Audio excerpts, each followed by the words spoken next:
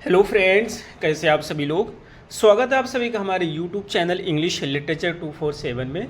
This is Hanif and today I am going to discuss some very important questions related to a very famous short story that is dry September by William Faulkner. तो ये जो story है इसको William Faulkner के द्वारा लिखा गया है। वीडियो को स्टार्ट करने से पहले मैं आपको बताना चाहूँगा, इससे पहले हमने बिहार स्टेट पे बहुत सारी वीडियोस बनाई है जो कि आपको प्लेलिस्ट में जाकर के मिल जाएंगी। वहाँ से जाकर के वो सारी वीडियोस को आप देख सकते हैं। और यदि आपको इन सारी वीडियोस की पीडीएफ चाहिए तो उसके लिए आप मुझे टेक्स्ट कर सकते हैं। कॉन्टैक्ट नंबर आपको इस वीडियो के डिस्क्रिप्शन बॉक्स में मिल जाएगा, वहीं से आप मैसेज कर सकते हैं। और वहीं से आपको टेलीग्राम चैनल की लिंक भी मिल जाएगी, जहां से आप हमारे टेलीग्राम चैनल को ज्वाइन कर सकते हैं और अपनी एक अच्छी प्रिपरेशन कर सकते हैं। तो चलिए हम शुरू करते हैं अपने आज की इस वीडियो को। हमारा फर्स्ट क्वेश्चन है, who is the author of dry September. जो ड्राई सितंबर शॉर्ट स्टोरीज का ऑथर कौन है आपको बताना है। तो फर्स्ट का हमारा सही आंसर है बी, यानी विलियम फॉकनर। विलियम फॉकनर एक बहुत ही फेमस राइटर है। हालांकि इनकी हमने बायोग्राफी भी डिस्कस किया है, इन पे हमने कई सारी क्वेश्चंस भी डिस्कस किए हैं। तो डिटेल में अगर आप विलियम फॉकनर को पढ़ना चाहें तो प्लेलिस्ट में जाकर वहाँ से देख सकते हैं। Next question is second, in which year was dry September publish. Dry September कब पब्लिश हुआ था आपको बताना है। तो सेकंड का हमारा सही आंसर है सी, यानी कि 1931 में। Next question is third, what event promotes the formation of lynch mob. Lynch mob से बेसिकली कहना चाहते हैं मॉब लिंचिंग। तो पहले इस वर्ड को समझेंगे, मॉब लिंचिंग क्या होता है। मॉब लिंचिंग ये होता है कि जब भी किसी व्यक्ति के बारे में कोई अफवाह उड़ जाती है और फिर पूरी भीड़ मिलकर के किसी व्यक्ति को जान से मार देती है तो उसी को बोलते हैं मॉब लिंचिंग। लिंच की मीनिंग होती है किल करना, मॉब माने भीड़ होती है। तो जब गुस्से वाली भीड़ होती है किसी को जान से मार देते उसी को हम मॉब लिंचिंग कहते हैं। तो ये कहना चाहते हैं व्हाट इवेंट, कौन सी इवेंट होती है जो प्रमोट करती है कि जो मॉब लिंचिंग होता है इसका फॉर्मेशन होता है, यानी कि लोग एक भीड़ आते हैं किसी को मारने के लिए। तो ऐसा क्यों होता है। तो थर्ड का जो हमारा सही आंसर है वो बी होगा, एन एलिस्ट इंसल्ट और अटैक। एक जो है महिला होती है जो कि 40 ईयर्स की नियर अबाउट होती है और वो अभी अनमैरिड है और वो जो है इल्ज़ाम लगाती है कि इस व्यक्ति ने मुझे इंसल्ट किया है, मुझे सेक्सुअली अटैक किया है मेरे ऊपर। तो B is the right answer. Next question is fourth, what is the name of black watchman accused in. अच्छा, जिस व्यक्ति को अक्यूज़ किया जाता है वो ब्लैक होता है और जो लेडी अक्यूज़ करती है वो वाइट होता है। इसी वजह से इल्ज़ाम और ज़्यादा संगीन हो जाता है। तो ये कहना चाहते हैं जो ड्राई सितंबर ये शॉर्ट स्टोरी है इसमें वो ब्लैक वॉचमैन कौन होता है। अच्छा, जो मैन होता है वो वॉचमैन उसका प्रोफेशन होता है। तो जिस पे इल्ज़ाम लगाया जाता है वो कौन होता है, उसका क्या नाम होता है। तो फोर्थ का हमारा सही आंसर होगा ए, यानी कि उसका नाम होता है will. Next question is 5, how many parts is the story dry September divided in. आपको बताना है कि जो स्टोरी ड्राई सितंबर है इसको कितनी पार्ट में डिवाइड किया गया है। तो 5 का हमारा सही आंसर है सी, इसको 5 पार्ट्स में डिवाइड किया गया है। Next question is 6, who is rumoured. Rumour means होता है अफवाह फैला देना, तो उसको बोलते हैं र्यूमर। तो उसी से बना है र्यूमर्ड, वो फॉर्म किया गया है। Who is the rumoured female victim in dry September. ये कहना चाहते हैं कि कौन सी फीमेल विक्टिम है जिसके बारे में ऐसा र्यूमर उड़ जाता है कि उसको परेशान किया गया है, उसके ऊपर सेक्सुअली अटैक किया गया है। तो उस लेडी का क्या नाम होता है आपको बताना है। तो 6 का हमारा सही आंसर होता है ए, यानी कि Miss mini Cooper. Next question is 7th, which character is the leader of mob. Mob जो होता है उसमें एक वाइट मैन होता है जो कि एक लीडर होता है और वही सारी भीड़ को बहका करके लेकर के जाता है उस व्यक्ति को किल करने के लिए। तो बेसिकली आपको बताना है कि जो मॉब होता है उसका लीडर कौन होता है ड्राई सितंबर में। तो 7 का हमारा सही आंसर होता है सी, यानी कि जॉन मैकलिंडन जो होता है इस मॉब का लीडर होता है। Next question is 8, in which magazine was dry September originally publish. ये जो ड्राई सितंबर शॉर्ट स्टोरी है इसको किस मैगजीन में पब्लिश किया गया था। तो इस मैगजीन का नाम है स्क्रिबनर्स। तो C is the right answer, Scribner's magazine.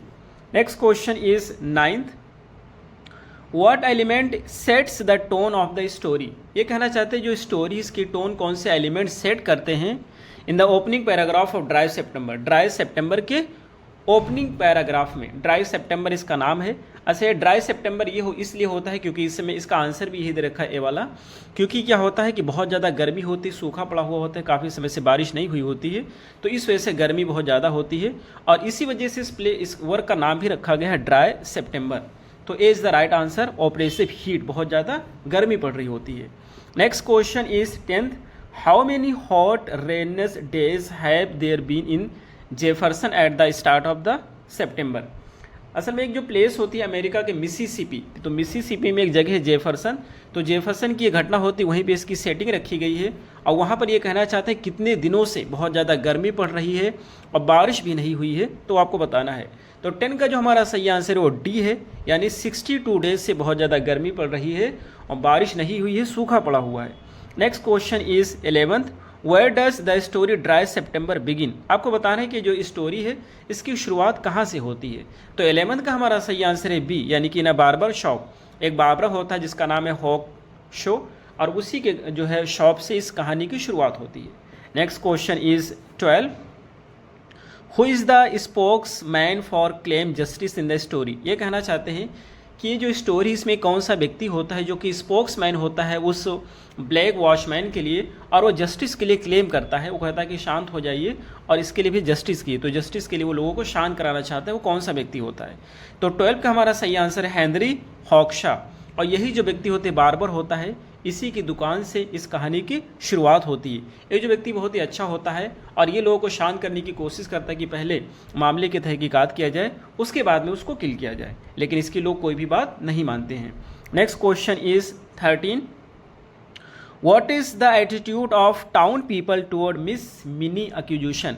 ये कहना चाहते हैं जो टाउन के लोग होते हैं उनका क्या एटीट्यूड होता है, उनका क्या विचार होता है मिस मिनी जो अक्यूजेशन लगाती है उसको लेकर के, मिस मिनी के दोष पे क्या होता है। जो मिस मिनी ब्लैक मैन के ऊपर दोष लगाती कि उसको सेक्सुअल असॉल्ट किया गया है, तो उस पर जो टाउन के लोग होते हैं उनका क्या रिएक्शन होता है। तो 13 का जो हमारा सही आंसर हो जाएगा वो बी होगा, they are unsure and have doubts. तो वो लोग इसके चाल चलन के बारे में उनको पता होता है, इस वजह से वो अनश्योर होते हैं और उनको डाउट होता है कि ऐसा कुछ हुआ होगा। Next question is 14, how does Faulkner describe the man who eventually join McLendon. ये कहना चाहते हैं कि जो विलियम फॉकनर है उन लोगों को, मैन यानी कि वो सारी भीड़ को, उन भीड़ को किस तरह से डिस्क्राइब करते हैं जो कि जो लीडर होता है मैक लैंडन उसको ज्वाइन करते हैं। तो 14 का जो हमारा सही आंसर होगा वो सी होगा, यानी कि they join out of fear and mob mentality, यानी कि वो लोग जो होते हैं बगैर डरे उसको ज्वाइन कर लेते हैं, और ये जो भीड़ होती है गुस्से से भरी हुई होती है, वो पूरा जो है उसको मारने के ही मूड में होते हैं। Next question is 15, what does Hawkshaw represent in the story.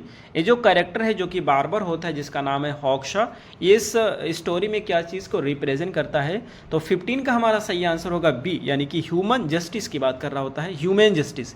Human की मीनिंग होती है विनम्र, और जस्टिस में जस्टिस आपको पता है, तो एक जो है ह्यूमन जस्टिस की बात कर रहा होता है, अच्छा व्यक्ति होता है एक। Next question is 16, what does McLendon's attitude towards Miss Minnie's accusation reveal. ये कहना चाहते हैं जो लीडर होता है जिसका नाम है मैक लैंडन, तो इसका जो एटीट्यूड होता है, नज़रिया होता है मिस मिनी के एक्यूजेशन को लेकर के, उससे क्या प्रकट होता है, उससे क्या पता चलता है। तो 16 का जो हमारा सही आंसर है बी होगा, यानी कि he does not care about it's truthfulness, यानी कि जो मामला होता है वो जो ब्लेम करती है कि मुझे असॉल्ट किया गया है सेक्सुअली, तो उसकी सच्चाई के बारे में पता किए बगैर उसको मारने के लिए चला जाता है। So B is the right answer. Next question is 17, what does Miss Minnie do daily until noon. ये कहना चाहते हैं कि मिस मिनी की डेली रूटीन क्या होती है, वो दोपहर तक के क्या करती है। तो 17 का जो हमारा सही आंसर होगा वो बी होगा, यानी कि स्विंग्स ऑन हर फ्रंट पोच, तो जो आपका अपना जो है आगे का पोर्शन होता है उसमें घूमती टहलती रहती है। Next question is 18, what does Miss Minnie's lace trimmed boudoir cap. तो उसकी जो लेस ट्रिम्ड कैप होती है जो पहनती है मिस मिनी की, वो जो कैप होती है किस चीज़ को सिम्बोलाइज करती है आपको बताना है। तो 18 नंबर का जो हमारा सही आंसर है सी है, हर पेंट अप सेक्सुअल फ्रस्ट्रेशन। वो ये डिस्क्राइब करती है जो उसकी कैफ होती है कि ये सेक्सुअली फ्रस्ट्रेटेड हो गई है क्योंकि इसकी एज ज़्यादा हो गई, करीब 40 ईयर्स की हो गई है और अभी तक की उसकी शादी नहीं हुई थी। स्टार्टिंग में तो उसने शादी नहीं किया क्योंकि बहुत ज़्यादा अपने आप को स्मार्ट समझती थी, बहुत ज़्यादा ब्यूटीफुल समझती थी, और जब एज निकल गई तो लोग उसको भाव नहीं दे रहे थे। Next question is 19, how is miss minis life described in the present. ये कहना चाहते हैं जो प्रेजेंट स्टोरी इसमें मिस मिनी की लाइफ को किस रूप में डिस्क्राइब किया गया है। तो 19 का हमारा सही आंसर है सी, यानी कि एम्प्टी एंड रिपीटेटिव। उसकी ज़िंदगी एकदम खाली खाली सी हो गई थी और सेम ही रूटीन को रिपीट करती थी डेली वो, तो बहुत ज़्यादा फ्रस्ट्रेट हो गई थी। Next question is 20th, what was miss minis social status during her school days. ये कहना चाहते हैं कि स्कूल डेज में मिस मिनी का क्या सोशल स्टेटस था। तो 20 का जो हमारा सही आंसर होगा वो बी होगा, यानी कि she road upon the crest of towns social life. यानी ये कहना चाहते हैं कि उस समय जो थी बहुत ही अपना इसकी अच्छे से चल रही थी और ये बहुत ज़्यादा खूबसूरत थी, लोग इसको बहुत ज़्यादा भाव दे रहे थे और इसी वजह से बहुत ज़्यादा एटीट्यूड में रहती थी। तो इस वजह हमारा सही आंसर होगा B. Next question is 21। How did miss Minnie's friends perception of her change over time. ये कहना चाहते हैं जो मिस मिनी के दोस्त होते हैं तो समय के बदलने के साथ साथ उन लोगों का नज़रिया किस तरह से मिस मिनी को लेकर के चेंज हो जाता है। तो 21 का जो हमारा सही आंसर होगा वह सी होगा, यानी they recognised her social inferiority as they age. तो जैसे जैसे उन लोग का एज बढ़ता गया उन लोगों ने समझा कि ये जो है ना ये इन्फीरियर क्वालिटी की है, ये घटिया किस्म की औरत है। Next question is 22। What level did miss Minnie become known by age she age. तो ये कहना चाहते हैं वो किस रूम में जाने लगी जैसे जैसे उसका एज बढ़ता गया। तो 22 का हमारा सही आंसर होगा सी, यानी कि आंटी। अब वो आंटी के रूप में जाने लगी, लोग उसको आंटी समझने लगी क्योंकि उसकी एज ज़्यादा हो चुकी थी। Next question is 23। How is Miss Minnie's behaviour described after town described her an adulteress. Adulteress basically ऐसे लोग को कहते हैं जिनका किसी से अफेयर होता है या जो अच्छे नहीं होते उनको अडल्ट्रेस यूज़ करते हैं। तो ये कहना चाहते हैं कि मिस मिनी के बिहेवियर के बारे में किस तरह से डिस्क्राइब किया है गांव के लोगों ने जो उसको अडल्ट्रेस कंसीडर करते थे। तो 23 का जो हमारा सही आंसर होगा वो बी होगा, यानी शी सीक्रेटली सिप्स विस्की। गांव वालों को कहना था कि ये तो चुपके चुपके विस्की भी करती है, ड्रिंक भी करती है। Next question is 24। What change occurs in the town's reaction to miss Minnie's after she reports the sexual attack. ये कहना चाहते हैं कि जो गांव के लोगों का रिएक्शन होता है वो मिस मिनी के पर किस तरह से हो जाता है, यानी कि जो घटना होती है उस घटना के बाद में लोगों का रिएक्शन किस तरह से मिनी के पर चेंज हो जाता है जब वो बताते हैं कि उसके ऊपर सेक्सुअली अटैक किया गया है। तो 24 का जो हमारा सही आंसर होगा वो बी होगा, यानी they look at her age sexually woman again. क्योंकि अब वो बूढ़ी हो चुकी थी तो लोग उसको भाव नहीं दे रहे थे, उसकी तरफ नहीं देख रहे थे, लेकिन जब वो ऐसा ब्लेम करते हैं कि मुझे सेक्सुअली अटैक किया है तो दोबारा से लोग उसको देखने लगते हैं सेक्सुअली नज़र से। तो B is the right answer. Next question is 25। What weather condition are associated with men's behaviour in section 3 of dry September. Dry September का जो सेक्शन 3 है उसमें कौन सी वेदर की कंडीशन जो है, कहते हैं वेदर की कंडीशन मेन के बिहेवियर से किस तरह से संबंधित है, एसोसिएटेड है। तो 25 का जो हमारा सही आंसर है वो बी है, यानी कि लाइफलेस एयर स्पेंट डस्ट, यानी कि जो हवा है उस बेजान सी हो गई है और धूल उड़ रही है। Next question is 26। What does Hawkshaw try to do when he joins McLendon's group. क्या होता है ये जो ग्रुप होते हैं तो मैक लेंडन होता है ग्रुप का लीडर होता है और बाकी लोग को साथ में लेकर के ये फैक्ट्री के पास जा रहा होता है उस व्यक्ति को, वॉचमैन को किल करने के लिए। तो ये जो नाई होता है बार बार ये भी जाकर के उसको ज्वाइन करना चाहता है। तो ये ज्वाइन करके ये क्या कोशिश करता है आपको बताना है। तो 26 का जो हमारा सही आंसर होगा बी होगा, convince them to stop their thirst for murder. ये जो लोगों को कन्विंस करने की कोशिश करता है कि तुम लोग उसका मर्डर नहीं करो, लेकिन इसकी कोशिश जो है नाकाम हो जाती है। Next question is 27। What argument does Hawkshaw use to suggest Will Mayes innocence. ये कहना चाहता है जो हॉकशायर होता है वो कौन सा आर्ग्यूमेंट यूज़ करता है विल के इनोसेंस को प्रूफ करने के लिए या उसे निर्दोष साबित करने के लिए। तो 27 का जो हमारा सही आंसर होगा वो सी होगा, यानी कि will would have left town if you were guilty. वो कहना चाहते हैं कि जो विल है वो शहर को छोड़ करके चला गया होता अगर वो दोषी होता। वो शहर को छोड़ करके नहीं गया है, इसके मतलब वो दोषी नहीं है। ये इस वजह से प्रूव करने की कोशिश करता है कि वो इनोसेंट है। Next question is 28। What happens when the mob captures will at his work place. ये कहना चाहते हैं जब उसके वर्क प्लेस पे विल को ये जो मॉब होती है कैप्चर कर लेती है तो उसके बाद में क्या करती है। तो 28 का हमारा सही आंसर है बी, यानी कि they handcuff him and put him in car. पहले तो उसको हथकड़ी लगाते हैं और फिर उसको कार में बैठाते हैं। Next question is 29। Why does Hawkshaw want to get out of the car after striking back at Will. ये कहना चाहते हैं कि जो हॉकशायर होता है, जो बार्बर होता है, ये कार से क्यों बाहर आना चाहता है? पहले तो वो सपोर्ट कर रहा था विल का, लेकिन जब विल के साथ वो भी कार में है तो कार से क्यों बाहर आना चाहता है? तो 29 का जो हमारा सही आंसर होगा डी होगा। उसका रीज़न क्या होता है कि wants to avoid becoming emotionally caught up in the violence, क्योंकि वो चाहता है, वो नहीं चाहता है कि इस वायलेंस में वो भी फंस जाए। और second, he fears he will be killed with Will, उसको इस चीज़ का डर सता रहा है कि कहीं ऐसा ना हो कि उसको भी उसी के साथ किल कर दिया जाए। और third, he recognises the futility of his attempts to stop killing, और उसको पता चलता है कि उसकी जो कोशिश है उसको मारने से रोकने के लिए वो भी फ्यूटाइल हो जाती है, व्यर्थ हो जाती है। तो इन सारी चीज़ों को देखते हुए वो वहाँ से कार से कूद जाता है, चलती हुई कार से कूद जाता है, इसलिए हमारा सही आंसर होगा डी।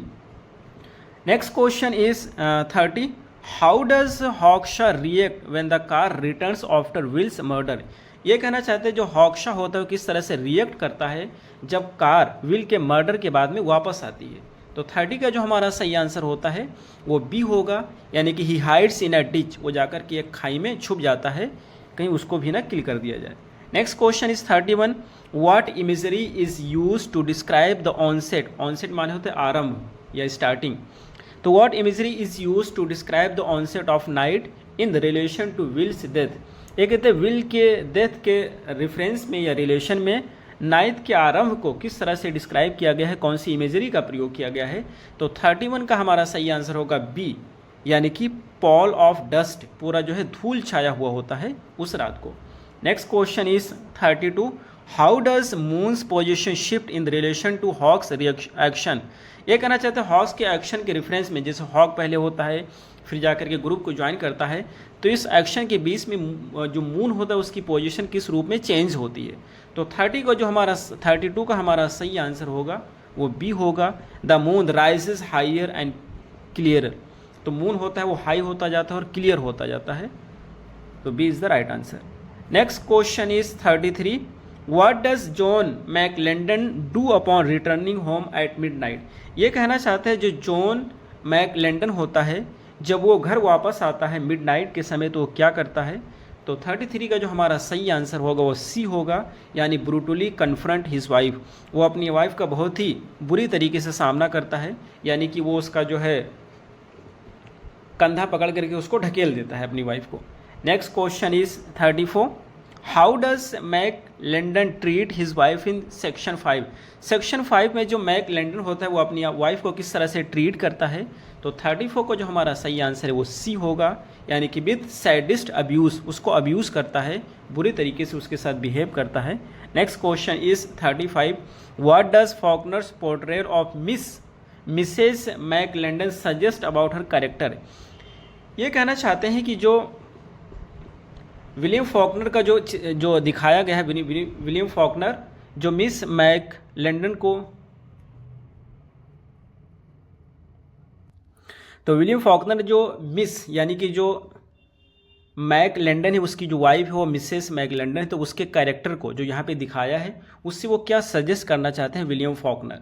तो 35 का जो हमारा सही आंसर होगा वो सी होगा, यानी कि she is a victim of domestic violence. ये जो मिसेस मैक लैंडन है वो डोमेस्टिक वायलेंस की विक्टिम है, शिकार है। ये जो व्यक्ति है बाहर तो जाकर के इंसाफ करना चाहता है, लेकिन घर पे क्या करता है, अपनी वाइफ के साथ ज्यादती कर रहा है। Next question is 36, what is the irony in McLendon's behaviour toward his wife compare to his action towards Will Mayes? ये कहना चाहते हैं कि यदि हम देखें, कंपेयर करें कि वो विल के साथ किस तरह से ट्रीट किया था और अपनी वाइफ के साथ किस तरह से ट्रीट किया है, तो इन दोनों के बिहेवियर में अगर हम ट्रीट करें तो ये जो मैक लैंडन के बिहेवियर में कौन सी आयरनी है, कौन सा व्यंग है? तो 36 का हमारा सही आंसर हो जाएगा डी, यानी कि McLendon kills Will to protect southern white women, यानी कि सदर्न वाइट वीमेन को प्रोटेक्ट करने के लिए वो विल को किल कर देता है, but abuses his own wife, लेकिन अपनी खुद की वाइफ को क्या करता है, अब्यूज़ करता है, बहुत गलत तरीके से उसके साथ पेश आता है। तो ये रहे हमारे आज के क्वेश्चन, हमें उम्मीद है आपको जरूर समझ आएंगे। फिर मिलते हैं अगली वीडियो में। Till then take care, have a good time.